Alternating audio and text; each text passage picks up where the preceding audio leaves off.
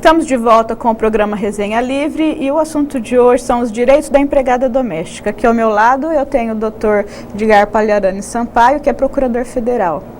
Edgar, ainda com relação ao tema que a gente estava discutindo anteriormente, que são as horas extras, eu queria saber, em primeiro lugar, qual é a jornada máxima, como é a questão de trabalhar aos sábados. Sim. E como é que a empregadora pode fazer para ter esse controle da entrada e da saída? Vai precisar ter um livro-ponto? Como é que a gente se ajeita para fazer as coisas todas direitinho? Tá ok.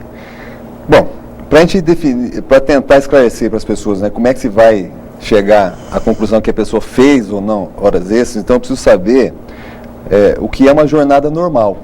Extra é aquilo que sair do jornal, né, que ultrapassar essa jornada. Então a jornada normal é a seguinte: a pessoa vai trabalhar 8 horas por dia, tá? De segunda até sexta-feira. No sábado, a pessoa trabalha 4 horas.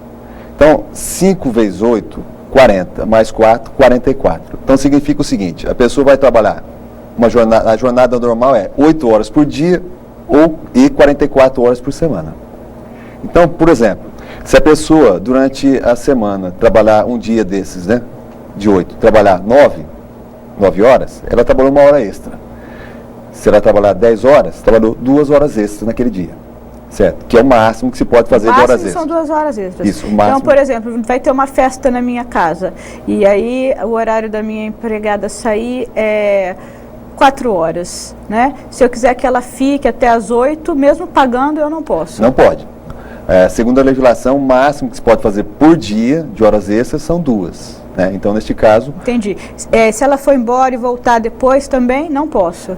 Não, a não ser que se faça algo diferente. Por exemplo, isso é possível, né? Nesse projeto de lei que está sendo, que está em andamento lá, né? Não foi aprovado ainda, mas já está em andamento, ele prevê a possibilidade de compensação, né, de jornada. E também a formação de um banco de horas. Isso vai ser possível segundo o projeto. Então, basicamente, significa o quê? Por exemplo, significa que eu posso pegar essas 4 horas do sábado e antecipar para a semana. Mas mesmo excedendo essas 2 horas? Porque eu estou perguntando isso porque é uma situação muito corriqueira. Então, Eventualmente o patrão, a patroa, por exemplo, tem um imprevisto ou precisa fazer uma viagem e a babá tem que ficar um pouco mais com as crianças, né? E aí deu 2 horas e não tem com quem deixar a criança, e aí? Então, vamos pensar o seguinte: antes de chegar nesse ponto, né, ela pode antecipar esse período do sábado para a semana, isso é uma possibilidade. Então, vai trabalhar 48 minutos a mais segunda a sexta, certo? Que vai dar exatamente as 4 horas no sábado. Então, ela não trabalha aos sábados. E se ela não quiser trabalhar aos sábados? Uma outra possibilidade é, por exemplo, em vez... Mas quem decide isso é o patrão. É o patrão. Tá? Nesse caso da compensação, tem que ser de acordo. Tem que ser como mas, por exemplo, a empregada não quer trabalhar ao sábado e a patroa quer que ela trabalhe aos sábados. Quem é que pode determinar qual é o horário? É o empregador ou é o empregado? O empregador é que dirige, né, o contrato nesse aspecto. Então, ele que determina, tá? Se vai trabalhar aos sábados ou não. Aí, evidentemente, no ato da contratação, se a empregada não concorda, né, com essa jornada, ela não é obrigada a fazer o contrato, vai procurar outro emprego. Mas, em princípio, né, é o empregador que define a jornada. Agora, a legislação que está em andamento, ela prevê a possibilidade de um comum acordo para compensar a jornada e até para fazer um banco de horas.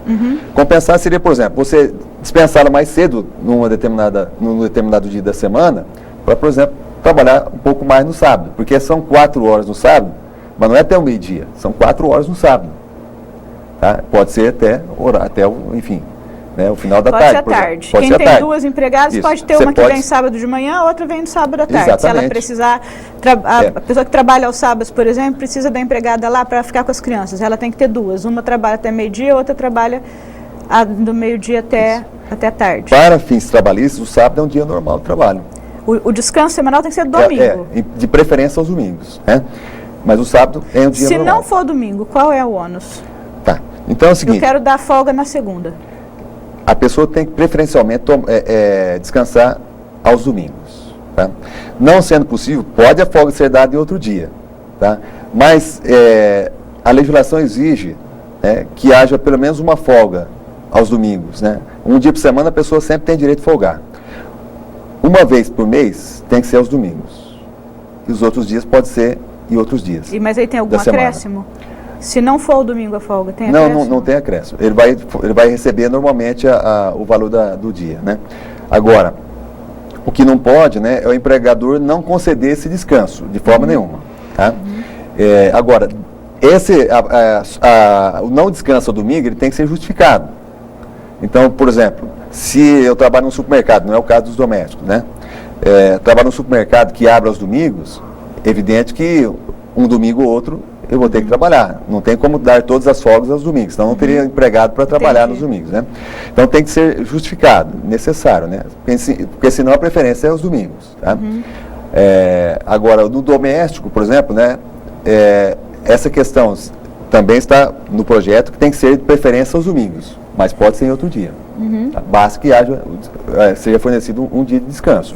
Mas ainda com relação àquela questão anterior que eu estava perguntando, se algum dia eu precisar que a empregada fique mais 3 horas, eu posso compensar no dia seguinte? Ela entra mais tarde, ela fica mais 3 horas? Então, se você, por exemplo, mais você 3 ou 4 por horas, antecipação, ela teria que sair às 4, mas eu estou viajando, aconteceu um problema, não tem quem fica com as crianças, ela é babá, por exemplo. Aí eu posso falar para ela, hoje, em vez de você ir embora às 4, você vai embora às 8, e amanhã de manhã você não vem. Eu posso fazer isso? Em princípio, ela só pode ficar 2 horas a mais. Ah, sim. Então, quer dizer, de qualquer forma, não posso exceder as 2 horas. O que pode ser feito, né, se houver possibilidade de prever, fazer uma previsão, por exemplo, no sábado eu vou precisar de você mais do que o normal. Você trabalha 4 horas, eu vou precisar de você 8 horas. Então, você faria o quê? Durante a semana, você... né, deixaria ela trabalhar menos, né, durante um dos dias. Mas nunca excedendo as 10 horas, as 8 horas regulamentares, mais 2 horas extras. Exatamente. Então, a empregada não pode trabalhar mais de 10 horas, nem recebendo horas extras, é isso? Segundo a legislação, não pode. E no caso do registro, da entrada, da saída, porque agora, cada minuto... né? Com essa nova legislação, cada minuto é precioso, né? Então, às vezes é difícil para a empregadora controlar, porque às vezes ela nem está em casa também, nem na hora que a empregada chega, nem na hora que a empregada sai, né? E às vezes a empregada também se atrasa, porque às vezes o ônibus atrasa, enfim, vai levar a criança às vezes na creche, chega lá, tem algum imprevisto. Então, o horário acaba sendo... não é controlado, né? Qual é a solução para que a gente possa fazer tudo direitinho, então? Tem que ter um livro-ponto em casa? Isso, a previsão de que esse controle da jornada, né, ele seja feito por meio manual, eletrônico ou mecânico. Ou seja, há as 3 possibilidades, né? Mas, óbvio, né, dentro de uma casa, de uma residência... O que funciona melhor, mais comum, dentro de uma casa, tendo em vista questões, né, do próprio custo, né, do equipamento e tudo mais, o controle mais assim, acessível é o manual, é fazer um controle de ponto num livro mesmo. Aí a hora que a empregada chega, ela põe lá que horas ela chegou. Exatamente. E a hora que ela vai embora, ela anota que horas ela foi embora. Exatamente. Entendi. Óbvio, né, que isso está sujeito a um eventual controle do Poder Judiciário à frente, né, se mais à frente o empregado ajuizar uma ação trabalhista, né, alegando que o que estava, né, no papel, no ponto, no controle, não é exatamente o que acontecia. Então isso também não assegura nada para o empregador em termos dele ficar tranquilo de que ele não vai ser acionado posteriormente. Não assegura. É possível que ele seja acionado sim posteriormente, certo? Qualquer que seja a forma de controle de ponto, desde que o empregado alegue, depois comprove que houve, né, que não está compatível, que consta, né, no controle, e o que ele efetivamente fez de trabalho, né, de jornada. Então, fica sujeito a isso. Mas é óbvio que não tem outra coisa a ser feita, porque também no meio comercial, industrial, enfim, prestação de serviço, nas demais áreas, é assim que acontece também. O que ocorre é que normalmente, né, o empregador, né, comum, ele normalmente está lá no trabalho, ele deixa alguém que vai cuidar, né, controlar de perto esses empregados, né, e tal. Mas o empregador doméstico nem sempre fica na casa. Normalmente não fica, normalmente ele precisa do empregado porque ele não está em casa, isso, né? Então é mais uma das peculiaridades, né, além de outras tantas, que nós encontramos nessa relação entre empregador doméstico e empregado. E com relação à alimentação? Porque na CLT existe uma previsão de que possa ser descontado os alimentos. Veja bem, com relação à doméstica, é preciso sempre ter em mente que ela, via de regra, ela presta serviço e continua no emprego, né, antes e depois do intervalo. certo? E normalmente ela se alimenta no próprio ambiente de trabalho. Se isso acontecer, não pode ser feito, segundo o projeto de lei, não poderá ser feito o desconto, nem de alimentação, nem de vestuário, nem mesmo de habitação. Se ela, por exemplo, residir na própria casa ou em casa contígua, aquela em que ela presta o serviço. Seria a empregada que mora no fundo. Exatamente. Ela mora no fundo do trabalho e você não pode cobrar dela o aluguel, nem as refeições. É o que está previsto E a empregadora pode, então, dizer o seguinte, não, na minha casa não faço almoço, na hora do almoço você vai almoçar em outro lugar porque é o seu horário de descanso. Também. É possível, é uma exatamente, assim como acontece, né, com os trabalhadores em geral. Então aí a empregadora não estaria burlando a lei. Não, porque, veja bem, há um intervalo de 1 a 2 horas para almoço. Para almoço, para refeição, enfim, pode ser jantar também. Enfim, durante esse período a pessoa vai fazer a sua alimentação. Como? A lei não diz. Ela pode sim se alimentar no serviço, e neste caso não pode ser feito desconto dela, não pode ser cobrado dela nada, ou ela vai se alimentar fora, ou em casa, ou em outro lugar, o que é feito normalmente pelos demais empregados. Normalmente a gente vê a empregada que fala que ela não quer ser registrada porque ela não quer pagar os 8% referente à parte que ela tem que contribuir, né? E algumas patroas falam, ela não quer, então tudo bem, porque ela que não quis, né? Explica para as pessoas em casa o que pode acontecer num caso desse. Às vezes o empregado, né, ele pretende receber quanto mais, melhor. Né? Então ele não quer sofrer descontos porque ele pega um valor maior, né, líquido. Né? E se sofrer descontos, evidentemente, será menor. Então muitas vezes o empregado não quer o registro, né, para evitar esse desconto de 8% ou até de 8% a 11% que vai ser feito para repassar o valor para o INSS. O que acontece é que se isso não for feito, né, enfim, esse desconto não for feito, né, e a pessoa não for contratada, aí se ela precisar, engravidou, teve um parto, né, ela vai precisar de um salário maternidade. Mas como? Se não foi feito o registro, se não foram realizadas as contribuições para a Previdência, não vai tornar impossível que ela obtenha esse salário maternidade, mas vai ser bem mais difícil. Né? Outra coisa, e aí, nesse caso, o empregador teria que arcar com esses 5 meses. O empregador que não registrou essa empregada. Eu contratei uma empregada, situação, né? Contratei a empregada, ela não quis ser registrada. Aí tudo bem, eu falei, então você não quer, então eu não vou te registrar. Aí ela é engravida. E aí eu preciso pagar então os meses todos? Aí fica que ela vai ficar em casa? Porque se ela não... barato sai caro, né? Pode sair caro, quer dizer, uma consequência muito grave. Outra coisa que... E se ela se acidentar? Isso, ou ficar doente... Ou ficar doente, aí? Qual que é uma coisa que todos estamos sujeitos. Como se soluciona se a sua empregada não registrada ficar doente? Então, qual é a situação para o empregador? É um problema muito sério, porque cria, de repente, a necessidade ou a possibilidade desse empregador ser até obrigado a indenizar aquilo que a empregada receberia da Previdência se tivesse tudo regulamentado. Então aí o empregador vai ter que pagar tudo. Tudo regular, né? Então... é uma possibilidade. A lei aí não abre, não diz o que vai ser feito. Mas uma das possibilidades é esta. Então, o empregador estará sujeito a ter que arcar, né, com uma indenização. Né? Então, mesmo que o empregado não queira, qual que é o ideal? Porque a lei, né, veja bem, você não pode simplesmente dizer, olha, eu não fiz porque meu empregado não quis. Bom, a vontade do empregado nesse caso não é a que vale. O que deve ser cumprida é a vontade da lei. Se ele não quiser, então é melhor falar, na minha casa, então você não pode trabalhar, porque aqui eu só trabalho registrando o empregado. Essa é a postura correta, tanto do ponto de vista da própria segurança do empregador, quanto da segurança do empregado. Também, porque se precisar de um benefício na ocorrência de uma doença, um acidente, ou mesmo uma gravidez, ele fica melhor protegido se ele for registrado. A palavra que você usa, assim, o que você disse agora é perfeito, melhor protegido. Veja bem, ele estará protegido, ainda que ele não seja registrado, ainda que o empregador não esteja recolhendo as contribuições. Mas ele terá uma dificuldade em comprovar tudo isso e em conseguir o benefício, já que lá no INSS nada consta a respeito desse registro, dessas contribuições, ou mesmo desse vínculo empregatício. Lá ninguém sabe no INSS se realmente essa pessoa trabalha para essa outra pessoa. De qualquer forma, o empregado sempre pode acionar o empregador para receber dele.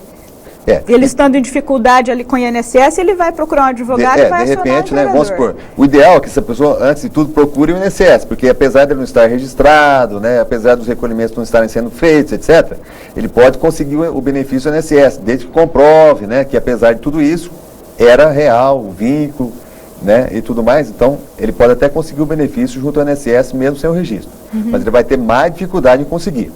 Vamos supor que ele tentou, né, obter algum benefício do INSS, mas não conseguiu, e foi em virtude dessa falta de registro, o que sobra?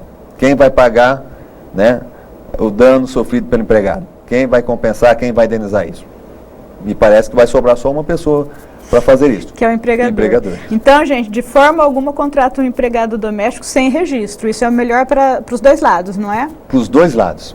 É como você disse antes, às vezes o próprio empregado não quer o registro. Não, é muito comum ele não querer, ele quer o dinheiro. E às vezes até o empregador, opa, tá bom para mim, também não quero. Mas não tá bom para nenhum dos dois, está todo mundo enganado. Do ponto de vista, assim, de uma segurança, não está bom para nenhum deles. Os dois estão correndo risco. Também não conta, né, aquele tempo para aposentadoria, se ele não pagar, como é que fica? Então, se não pagar, o problema é o mesmo de antes. Você falou, tem que provar, ou seja, complica. Vai ter que comprovar, às vezes não consegue mais, porque passa muito tempo, né?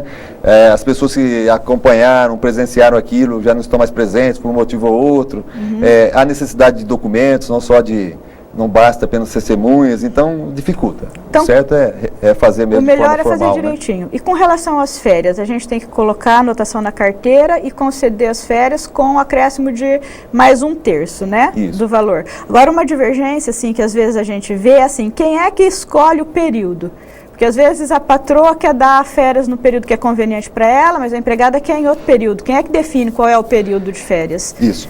Existe uma celeuma a respeito de quem define isso, né? Porque existe uma convenção da OIT, né? Organização Internacional do Trabalho, a respeito, e existe a legislação brasileira. Segundo a legislação, quem define isso é o empregador. No momento que for mais conveniente. Exatamente. Então a empregada entrou na minha casa, trabalhou 1 ano. A partir daquele momento eu tenho mais 1 ano para escolher o melhor momento, é isso? Exatamente. Então não é assim, fez 1 ano, agora já tem que dar as férias. Eu tenho ainda mais 1 ano para poder escolher. Então ela tem um período aquisitivo em que ela ganhou o direito a essas férias e depois eu tenho mais 1 ano para conceder. Isso. Mas se eu for concedendo sempre depois, eu vou me atrapalhando. O melhor é conceder logo que já vai... Dentro dos próximos 12 meses, né? Sim. Então, o primeiro período é o da aquisição.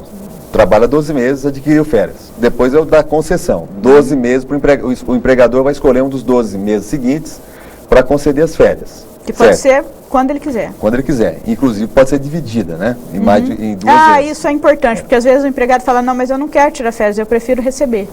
Quanto tempo é possível negociar das férias, sem criar um problema ou uma possível causa de ação futura? A legislação seletista do empregado em geral já tratava da questão. 10 dias de férias, dos 30, ele pode ser vendido, entre aspas. O pessoal fala vendido, Vou vender as férias, E o resto não, tem que ser usufruído mesmo em descanso. Então, 20 dias o empregado tem que descansar. Necessariamente. E esses 20 dias têm que ser corridos ou eu posso dar 10 dias próximo ao Natal, 10 dias no Carnaval? Porque às vezes elas preferem, né? Porque vão fazer alguma coisa agora, outra coisa depois. Se a gente quiser dividir, é possível? Em princípio, um dos períodos tem que ter 14 dias. Tá? Inclusive na legislação da doméstica, a nova legislação prevê isso. Um dos períodos tem que ter 14 dias. Entendi. Tá? Aí o outro, evidente, com o que sobrar. Então eu posso comprar, né? Aqueles dizem, comprar 10 dias. De qualquer forma, 20 dias ela tem que gozar. E desses 20 dias, 14 tem que ser seguidos. Então eu posso dividir em 14 e depois mais 6 em outro momento. Isso. É que isso é bem mais conveniente. A partir de que idade alguém pode trabalhar como empregada doméstica? Olha, atualmente a questão não é muito clara. Mas agora, com a nova lei, vai ficar, se for aprovado tal como está, bem claro. 18 anos. 18 anos. Só a partir dos 18 anos, né? Então aquele negócio que contratava uma menina para ajudar, uma mocinha de 16 anos, de 17 anos, isso daí não pode mais de forma alguma. Fica vedado a partir da nova legislação. Não existe aprendiz para empregada doméstica. Exatamente. Não há previsão de um trabalho na forma de aprendizado. Possibilidade de aprendizado não existe no caso da empregada doméstica. Para o doméstico, não. Isso acontece, isso é previsto para o trabalhador seletista, aquele que não é o doméstico. Mas o doméstico, não. Muito pelo contrário. A lei agora, ela ficou assim, bem clara e objetiva. É trabalhador doméstico, aquele que trabalha a partir dos 18 anos. E antes fica vedado, ou melhor dizendo, proibido o trabalho do doméstico. Uma coisa que eu acho que talvez as pessoas em casa possam estar questionando é o seguinte, por exemplo, a empregada que já fazia a hora extra antes do advento da lei, essa nova lei ela não vai retroagir para aquelas situações anteriores, vale a partir dali. Exatamente. Está bem claro na lei que ela não tem efeitos retroativos. Ela não volta. Então, a partir dali, não pode fazer mais a hora extra. O que foi feito dali para trás não está sob a proteção dessa nova norma. Isso, porque a lei sempre vem normatizar os fatos que ocorrerão após, né, a lei. Então, a lei entrou em vigor hoje. Dali em diante, o que acontecer está sujeito a essa nova lei, né? O que já passou, o que ficou no passado, não pode ser alterado mais por conta da lei nova. Certo. Mesmo no caso, por exemplo, do empregado que ele sai, ele fecha a casa e não tem ninguém ali para controlar. Como é que fica isso? Para saber que horas ele saiu? Bom, aí é uma relação de confiança. Essa, na verdade, é a relação que a gente estabelece. Exato. A relação, eu acho que da empregada com a patroa, no caso da relação do trabalho doméstico, é uma relação muito diferente, porque é uma relação muito mais íntima. Muito né? mais. Às vezes a gente tem na empregada até uma confidente, a pessoa, você mistura aquilo, né? É um pouco sua mãe, às vezes é um pouco sua filha. É uma coisa muito junta, cuida dos seus filhos e fica aquele bolo, né? Até de sentimentos. Para você mandar uma empregada embora é um drama. Exatamente. Né? É como se você estivesse se separando de um membro da sua família. É muito dramática essa relação. A gente sofre demais também, né, nessa relação, porque a gente se apega, às vezes até se desapega e detesta, porque a pessoa faz da vida da gente uma coisa mais complicada, mas seja de ódio ou seja de amor, é uma relação muito delicada, é uma relação muito especial, né? Exato. É uma relação de confiança, antes de tudo. De confiança, né? Muito diferente, né? Óbvio, né, que também nas demais relações trabalhistas existe a questão da confiança, mas nesse caso muito mais, né? Você vai colocar dentro da sua casa uma pessoa, né, que vai ter acesso a tudo que ela tem, né? As suas coisas, a sua intimidade, escuta vai ter todas as suas conversas, vê, né? Te consola, né? Isso. Então é uma relação de confiança. Por isso que a escolha, né, dessa pessoa que vai ficar na sua casa deve ser feita com todo cuidado, né? A pessoa deve buscar referências, né? E, enfim, e tem a questão, né? Com relação a essa questão da entrada e da saída, que não dá para você controlar, tem que ficar, então exatamente. Você tem que confiar. É uma relação de confiança especialmente. Pode colocar câmera? Olha, o uso de câmeras para controle, né, de atos que o empregado realiza. Normalmente são as babás, né, que são as mais... Que a mãe fica preocupada, principalmente se a babá é nova, será que ela está fazendo alguma coisa com o meu filho e tal? E aí vem aquela ideia, né, de colocar uma câmera. Isso aí viola algum direito da empregada? Então, a intimidade, né, a dignidade são direitos de toda e qualquer pessoa. Óbvio que temos aí também as empregadas nesse contexto, né? Então, assim, o uso de câmera, desde que não viola a intimidade... Quer dizer, que não seja no quarto dela, no banheiro, né, dela. Pessoa, em princípio, ela é possível. Posso colocar no meu escritório, posso colocar em qualquer lugar, só não posso colocar nas áreas em que é o ambiente da empregada dentro da casa. A jurisprudência, né, a respeito desse tema, né, ela caminha nesse sentido assim, de que em princípio o controle, né, pode ser feito, porque o empregador ele tem o direito de controlar o trabalho dos empregados. Mas desde que não atente contra... Muitas vezes não é nem para controlar o empregado, mas são as câmeras de segurança que você tem na sua casa. Até o próprio ambiente em si, né? Até o próprio ambiente em si. Sim. Tá? Então, desde que não atente contra a dignidade ou a intimidade da pessoa... Que seria colocar no quarto da empregada, no local que ela tem de seu descanso, né? No banheiro, locais assim, onde a pessoa pode, né, ter a sua privacidade ali também, né?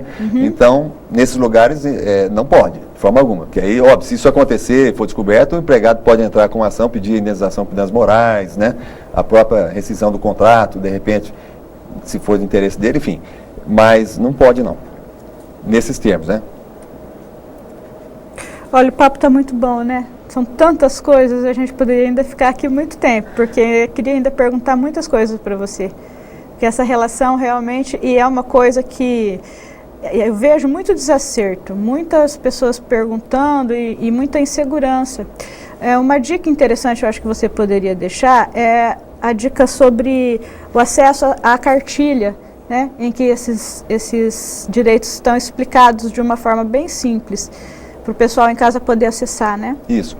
O Ministério do Trabalho e Emprego, né, ele disponibilizou uma cartilha na internet, né, e por meio dessa cartilha faz explicações sobre os direitos, né, dos domésticos, inclusive dentro desse novo contexto, ou seja, dessas mudanças, né, que estão ocorrendo em virtude desta reforma na Constituição que trouxe, né, ampliou os direitos dos empregados domésticos, né, e também da legislação que está por vir aí, que vai regulamentar essa matéria, né, porque a Constituição foi mudada, prevendo a novos direitos, mas é preciso de uma legislação complementar agora para que eles possam, de fato, ser implementados, aplicados. Então, isso está sendo feito. O FGTS é um desses, isso, que ainda não está implementado. Exatamente. Tem algumas questões que, alguns direitos, como seguro-desemprego, o FGTS, né? E o Vale Transporte? Então, o Vale Transporte já havia regulamentação antes. Então, se a empregada vem de ônibus... Tem que pagar o Vale Transporte.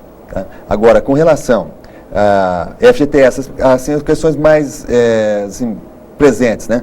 FGTS, indenização por dispensas sem motivo, sem justa causa, né? O auxílio creche, 13º está do mesmo jeito. 13º está normal, não houve mudanças, né? Mas essas outras ainda estão dependendo dessa regulamentação. Então, o Ministério do Trabalho elaborou uma planilha, né? Uma cartilha, vamos dizer assim, onde há perguntas e respostas a respeito do tema. É bem prática, né? Bem acessível, prática, né? Bem legal. Bem acessível. Foi criada num texto, assim, um formato que facilita o entendimento das pessoas. Então, www.mte.gov.br, lá deve ser encontrada essa cartilha. Isso é muito importante porque é necessário que as pessoas tenham uma maneira correta de contratar e também uma maneira correta no momento de romper com esse contrato, né? Para que não haja lesão de nenhuma das partes e que essas relações possam ir amadurecendo ao longo dessa experiência que nós estamos tendo com essa nova legislação, que no meu entendimento veio em muito boa hora. Já não era sem tempo de haver essa equiparação, porque afinal de contas o trabalho doméstico é um dos mais necessários, né? E quem tem uma boa empregada sabe que é tudo na sua vida, tanto que o dia que elas faltam, seu mundo despenca, né? Exatamente. Eu acho que é a concretização da justiça, né, em relação a essa categoria, né, a aquisição desse direito, o respeito à dignidade dessas pessoas, né, enfim. Esse é um avanço. Eu acho que com a lei, as empregadas, elas também estão se vendo numa situação assim de se profissionalizarem, né? Exatamente. É interessante, elas estão procurando ter uma melhor condição para elas conseguirem se manter nos empregos. Exatamente.